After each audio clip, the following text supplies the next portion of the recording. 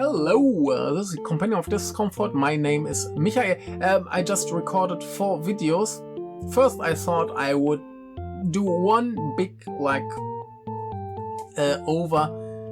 roundup thingy about some movies that I recently watched, and then I decided, maybe I feel like I want to talk more about each movie, and I did that with one, and the others are relatively short, and suddenly the last one and the first one were connected, so I feel like I should just put them back together and make it one. So if there's some weirdness in the editing,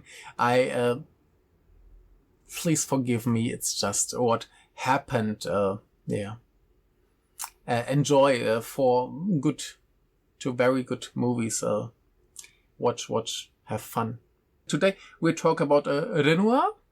I guess that's how you pronounce it. It's a very, very gorgeous movie. Let's see, maybe like this. Yeah, it's amazing, by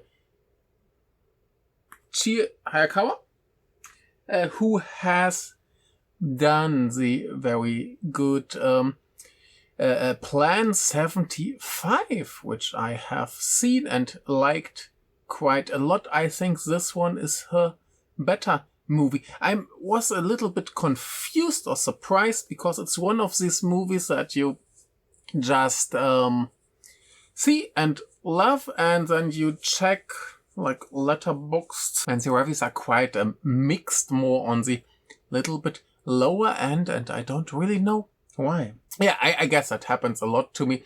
We remember the Route 29 or something, another movie that I felt was pretty brilliant, and other people felt like, nah. So don't listen to the people, just listen to me, because I'm obviously correct. Always. Maybe. Anyway, let's say a few words about the cast. The main protagonist is played by Yui Suzuki, who hasn't really done much because she's like a little child. And then we have Hikari Ishida as the mother, who you might have seen in Kiyoshi Kurosawa's Seance, or Obayashi's Chizuko's younger sister, or maybe Switching Goodbye Me, which is the remake of Tenkosai. She was in some more Obayashi movies, some other stuff. Very nice. Then we have Lily Frankie. Of course, you know Lily Frankie, Shoplifters, Like Father Like Son, Our Little Sister, or my personal favorite, Fires on the Plane by Shinya Tsukamoto. But yeah, he's everywhere. Then with Ayumu Nakajima, who you might have seen in Wheel of Fortune and Fantasy, Desert of Namibia, or Happy End. Very nice. And Yumi Kawai, every movie last year. And we have Ryota Bando, who was, for example, wife of a spy, or Kui. And when this movie came out, it played some festivals and stuff. Many people compared it to Shinji Somai's movies, and I think that's not wrong. There's some similarities, I guess. Miss Hayakawa probably likes his movies quite a lot, and got some ideas from there, which is absolutely not bad at all. First thing is, it's set in the 80s when Somai did quite a lot of movies. 80s, 90s was his time. And the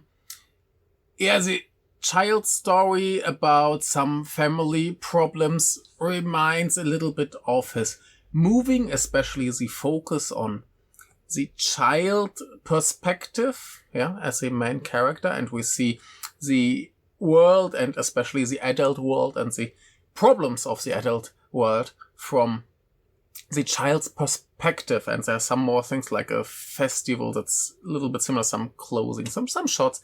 It's not all that important and obvious, but there's some similarities. And the main topic here is kind of a fascination with death, and that's very similar, reminded me a little bit of Somai's The Friends, which is another excellent movie. And there could be worse inspiration to make a movie.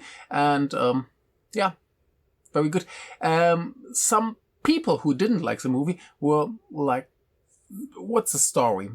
Yeah, what's the main plot? They didn't really get the plot. And interestingly, in the interview, in the pamphlet, Ms. Hayakawa said she started from one fragment and like one basic idea, and from there she took it and started writing the script. And when she edited the movie, which took much, much longer than she expected, she basically changed the movie again a lot, like based on what they filmed.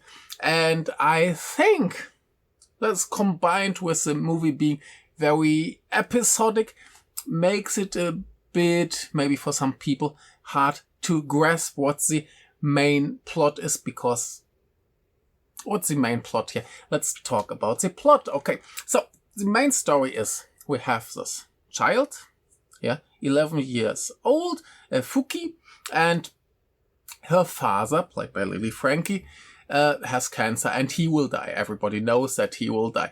So he's in hospital and her mother is busy taking care of her and working and taking care of the father.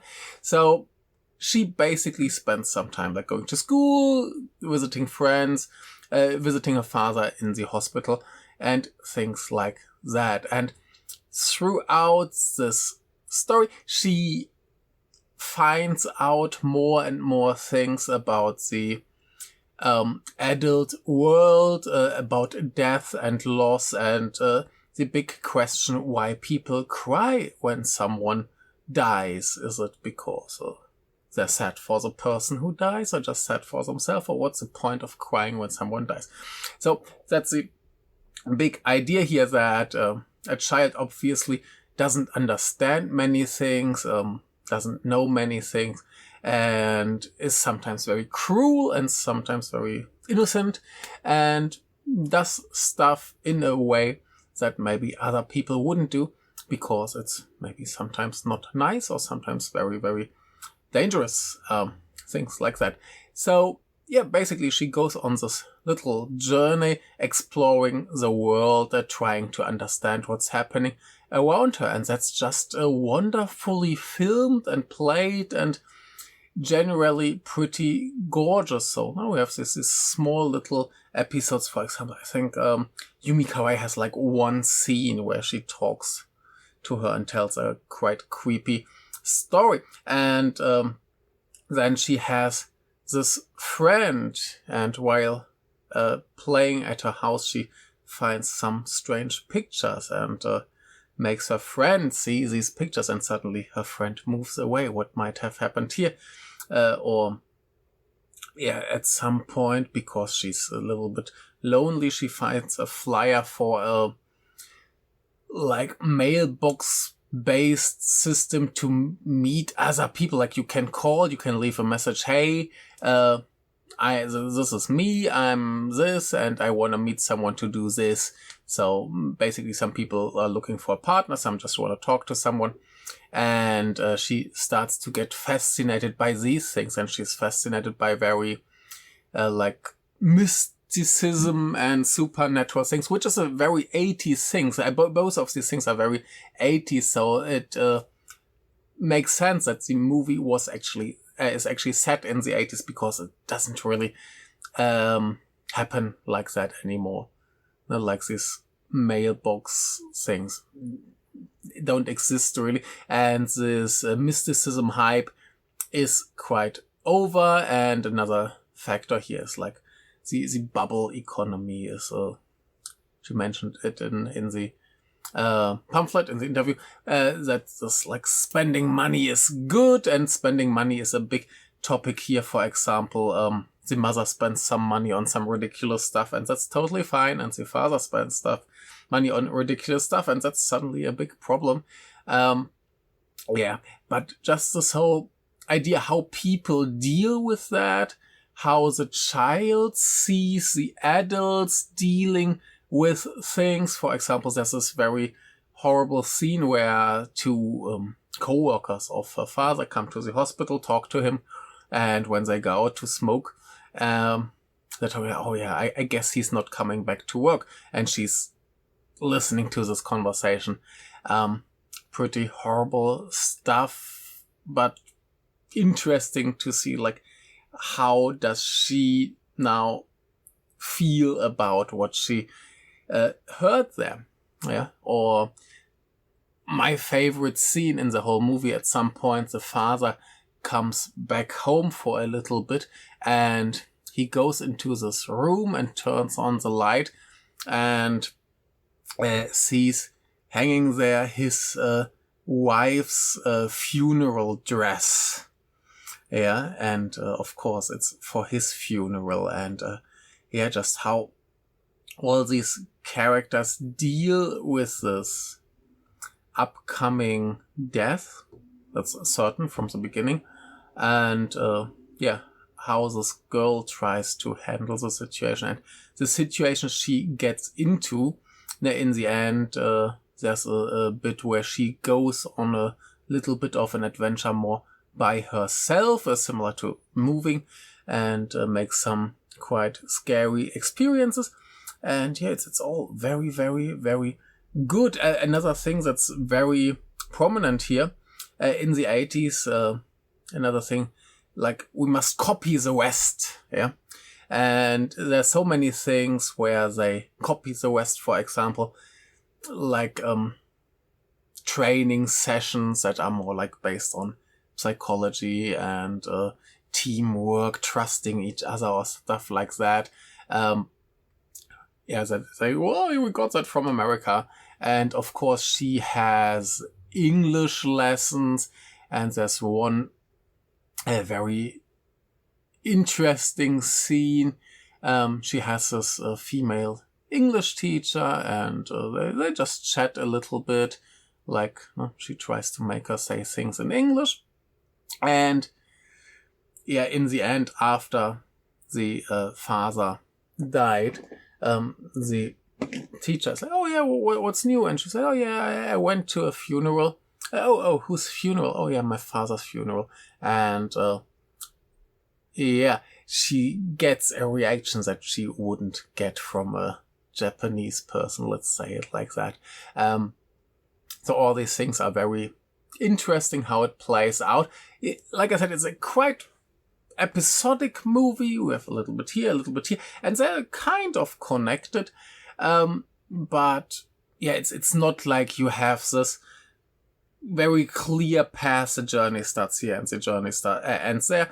The combining thread is this idea of the father will pass away in the end, and how are we dealing with the situation? And that's quite wonderful. It's a very, very, very, very beautiful movie. It's very well acted and just gorgeous. And I need to point out that I'm so happy that finally someone showed a Japanese movie with English subtitles in a cinema in Osaka. Thank you very much. That made me very happy. Gorgeous movie. I can just recommend it. And I guess that's enough. Let's go to the next. Next one will be this. This is Yukiko a.k.a, which I think got a prize at the Nippon Connection, and it's very funny. I think last year I went to a super small cinema here. Like, calling it cinema is quite an exaggeration. It's more like a living room, and I saw a poster there for this movie, and it just played, I think, 2 cinemas in Osaka for 1 week each. One was this shoebox, and the other one was my neighborhood cinema. But I didn't have time to go there during that 1 week. And then it played at the Nippon Connection and probably some other festivals. And suddenly some more theaters played it in Japan. So I hope it keeps playing, because it's an absolutely wonderful, brilliant movie. And I loved it a lot. And let's see a little bit like the people who made it. We have a director, that's Naoya Kusaba, who hasn't really done much. He made one movie that's seemingly called Super Mikin Korinista. I have no idea. A few years ago. No idea what that is. Then the main actress is Ryo Yamashita, who you might know from Asako 1 and 2, or maybe Aristocrats, or what else? Motherhood, or the Gakuryu Ishii movie Flowers of Shanidara. Then we have Daichi Watanabe, same Asako 1 and 2, World of Kanako, Miu on the Shore, or Ichiko. We have Ryo Ishiba, biggest name here, probably Audition, Ju-on, Suicide Club, Kids Return, Brother, a lot of movies that you might have seen. We have Ayame Guriki, who was in Queen of Villains and some other stuff. Enough about the cast. What's this movie? I was a little bit interested because it's another music movie, and this year we had quite a lot of wonderful music movies, but this is more set in a world that I don't really understand, and that's rap or hip-hop or whatever you want to call it. I don't know that stuff. Sometimes I listen to it and I think, oh, that's quite cool, and that's all my relationship to rap music. Here, it's about a woman who is called Yukiko, and Yuki means snow, and Ko is child. So it's a typical ending for a woman name, a female name, and but Yuki, snow, and so she's obviously MC Summer because she doesn't really like her personality, and usually she's an elementary school teacher, and she doesn't really feel like she's doing a good job, and her students make her feel that even more. And because the students like to make a favorite teacher ranking where she doesn't really appear. And then she has a boyfriend who she doesn't feel so great about either. So basically everything in her life is kind of there, and she kind of likes it, but she doesn't really feel good about anything there. Like, she feels like she's a bad rapper. It's fun for her, but she's bad at it. She's a bad teacher, and her relationship is like, and so we see her doing all these things, meeting her boyfriend, working in the school, and trying to do some rap battles, and suddenly, especially with the rap battles, there's a female rapper who comes and completely destroys her, and like her first try really to have a battle, and before they just met and tried a little bit to rap, and then there's this battle, and she gets completely destroyed because one of the things, like, the other one attacks her, and she's like, oh yeah, I feel so insecure and I'm such a loser, and so she just can't really do anything besides saying, what am I doing here? And she can't really do well with the kids, and feels like the other teachers are all much better and all this stuff, and the whole story goes to this, like, how can I accept who I am? How can I do the things that I like and not think about too much who is better than I am? Am I actually good? Can I just enjoy these things? Or is it really important if anyone is better than I am? So it's a big road here to find out who she is and to accept herself the way she is. And it's such a great story and such a great, like, feel-good movie. At some point she meets her father and reconnects there a little bit, and she goes to another, like, really, like, battle rap event, and joins that and tries a little bit more, and gets this idea, so maybe she doesn't need to attack the people, she can just be herself.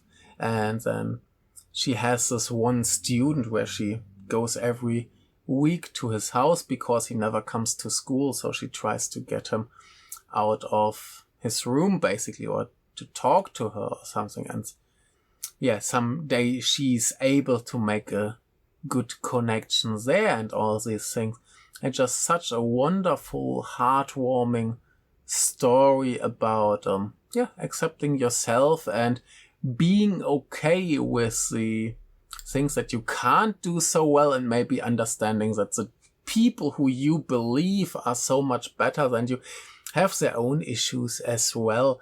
And just a great find yourself story and start to like yourself story. It's just amazing, wonderful, and it looks good. The music not exactly my taste, but works totally fine.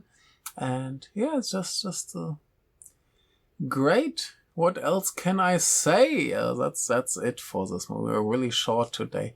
That's fine. Watch it if you can. So I forgot to check the pictures in the pamphlet. So usually you've got a page with nice pictures from the movie, but there's almost nothing in here. That's really funny. You have like this here. Yeah, that's the best we can get. But what's quite interesting, if you look, for example, at this girl, it's quite obvious it's a COVID movie. There have been some COVID movies. I think, I'm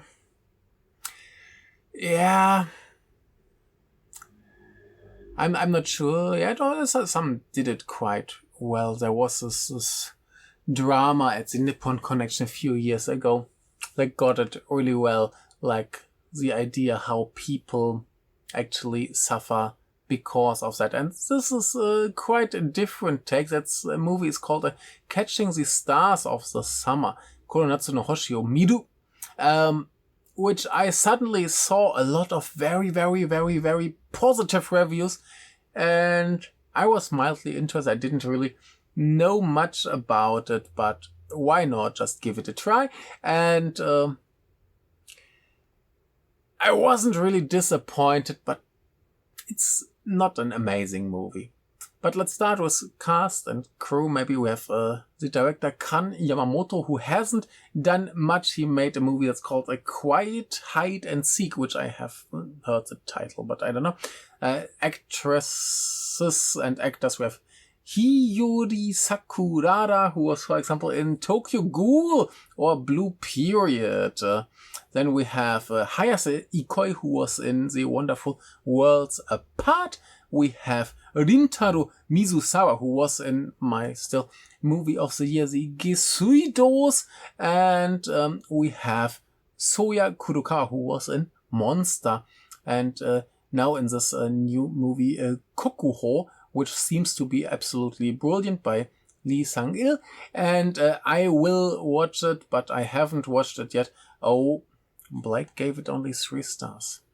Let's see. I will watch it eventually. Anyway, casting the stars of the summer, as far as I know, based on a true story.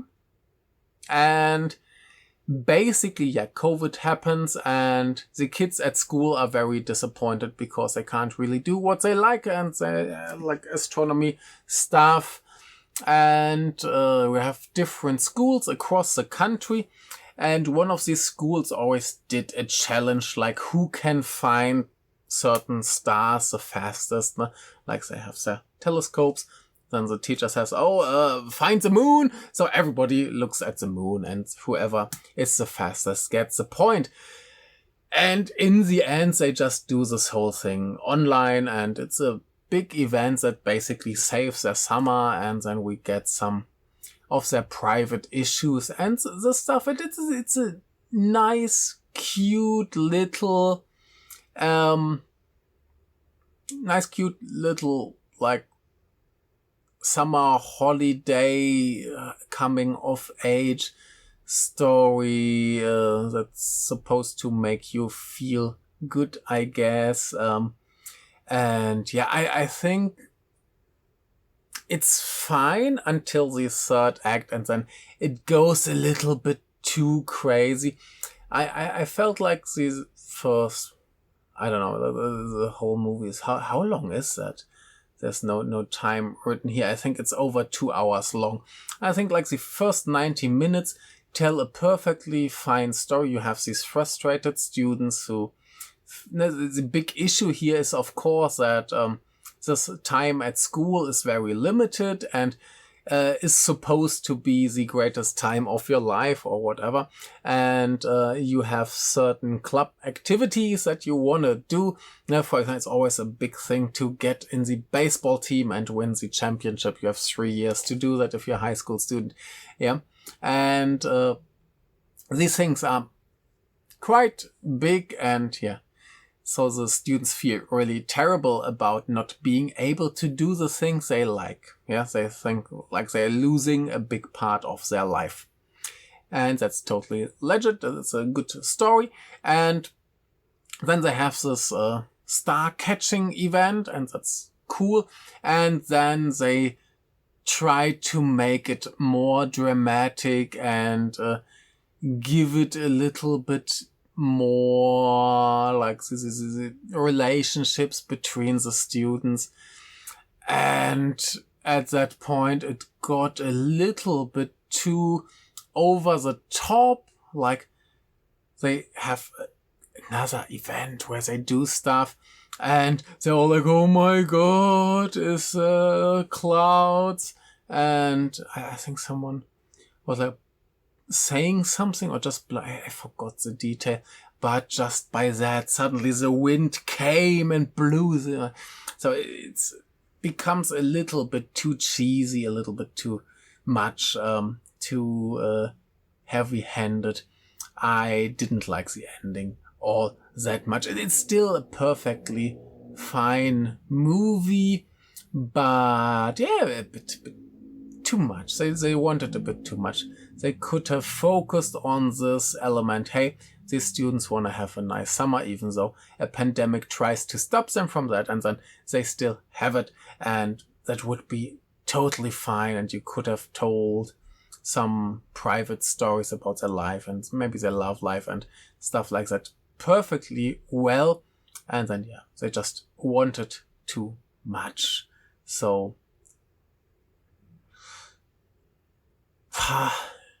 yeah, if it's somewhere for streaming, just watch it. But yeah, not exactly the kind of movie you have to watch in the cinema. It's still perfectly fine. You have some very charismatic performances. I think the cast is generally quite good. At the beginning, I was a bit confused with all the places, like who's where and who's what, especially because they are, good point, but bad point, they're very strict about the mask wearing. So all the students are just wearing masks all the time. So it's sometimes a bit hard to tell, where are we, who are you?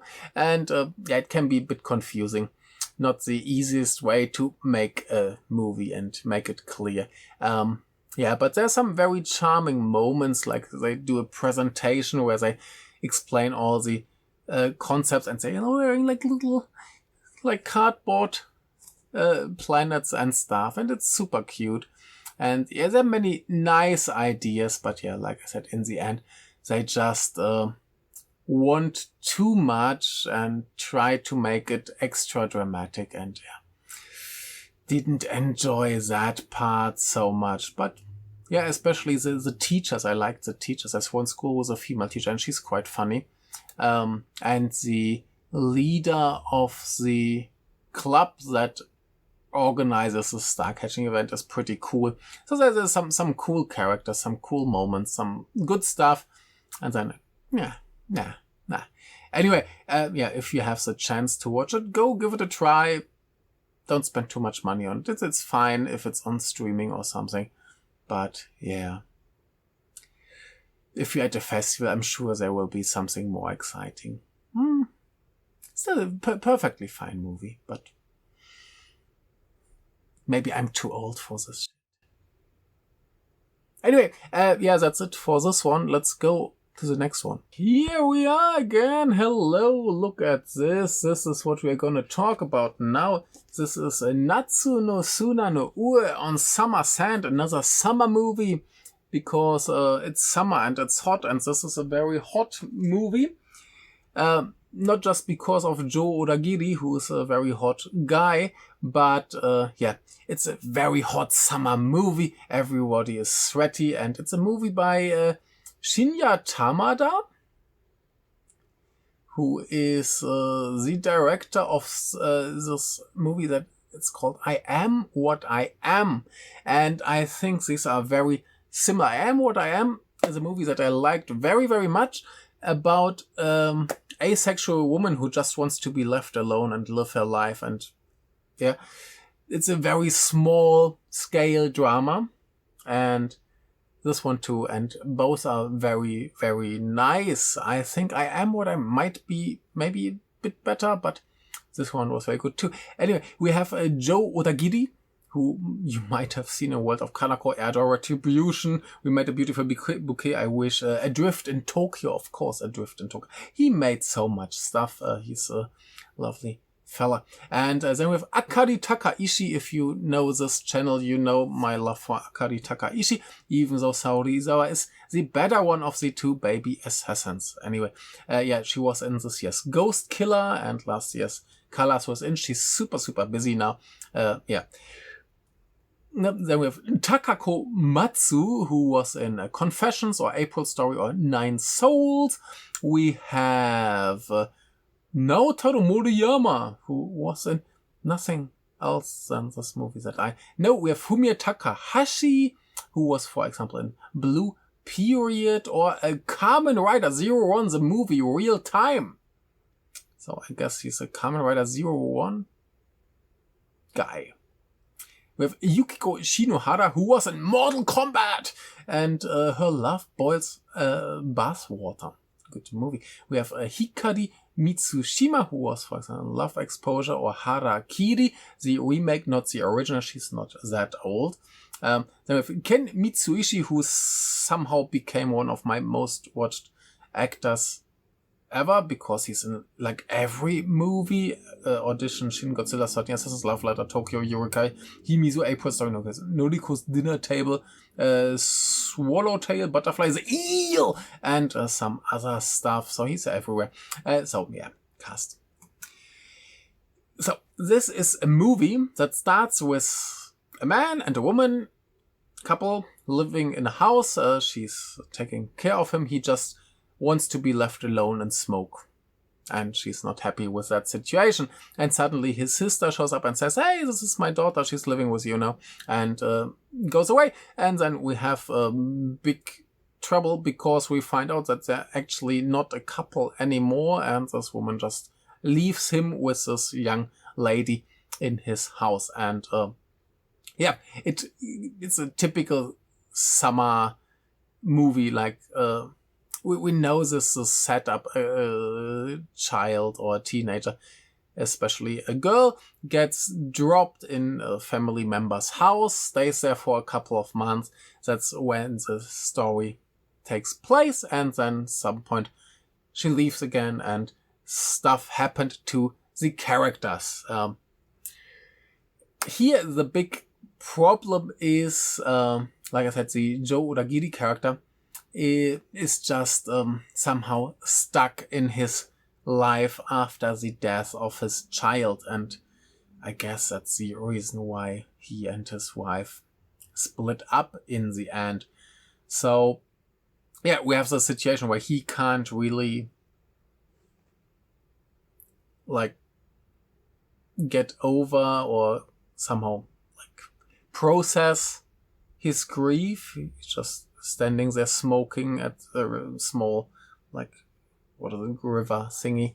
And, it doesn't work, doesn't really do anything. And, his ex-wife is maybe looking for other man and trying to start a new life. And then we have this 17-year-old niece now living with him, who doesn't really know anything, and she just gets dropped there, and her mother arranges that she works at the supermarket. The guy who works there just hits on her, and so she tries to somehow understand her uncle, his situation, feels a bit like she needs to take care of him, and then this having to deal with this guy who wants to make love with her. There's some quite funny scenes.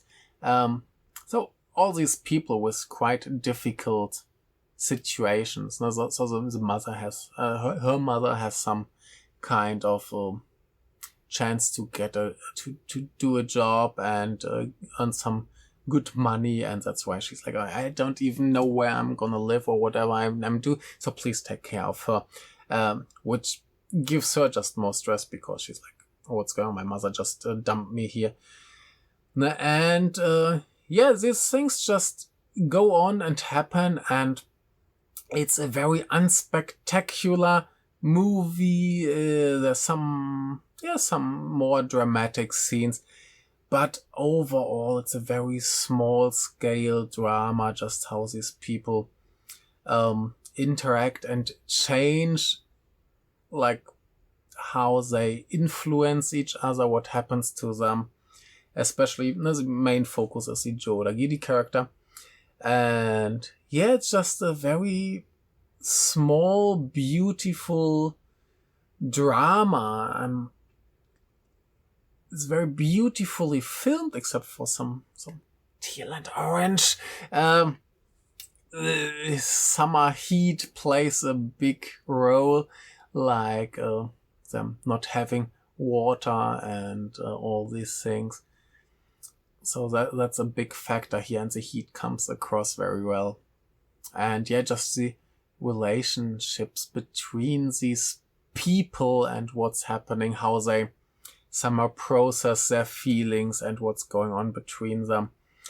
How he eventually maybe tries to find a job and tries to get his life back together. It's all very moving, quite emotional, and very good if you're into this kind of very, very small scale drama, which seemingly not everybody likes. Some people are like, oh, what's going on here? What is this movie even? That's another funny thing. I recently saw a review for thos, and someone was like, yeah, that's a great really, really great story, but it's super small scale, and that somehow as a negative point, and I don't know why that would be negative. No idea. Like it's a simple story with a lot of heart and loud punk music, and what's a bad point here? And I would guess that's the same here. It's such a small movie, and the only thing that I didn't really buy is Akari Takaishi being 17. And this guy hitting on her or trying to hit on her was kind of creepy, but it's nice to see her in a very different role. Like here, she's this girl who doesn't really know anything about life. She doesn't know anything, and she first she seems like she has almost no personality, and then I don't know, I felt like I'm watching someone becoming a proper human. So first I was like, well, what's this girl about? What's her thing? What is she even doing? And she just being pushed around by people, like people do to her whatever they want, and then she starts to find a little bit of herself and a fascination with her uncle's problems, a kind of fascination, a little bit similar to Renoir, a little bit of a fascination with death. The movie is set in Nagasaki, and suddenly she becomes very interested in this in the history of the place, like the atomic bomb, and how so many people just suddenly disappeared. And yeah, I guess this whole story of her uncle having to somehow process the loss of his child makes her try to understand something about life, and that's really nice here. And because that fits so well to Renoir, I guess I will just still put these 4 videos together. And yeah, anyway, so it's a really nice movie. The more I think about it, the more I like it. And yeah, give it a try if you have the chance to see it. It's good cast, very well acted, very nice. I don't want to say fun, but it has a lot of nice moments, a lot of yeah, goodness in there. And yeah, that's it for today. Thank you very much, and yeah, bye.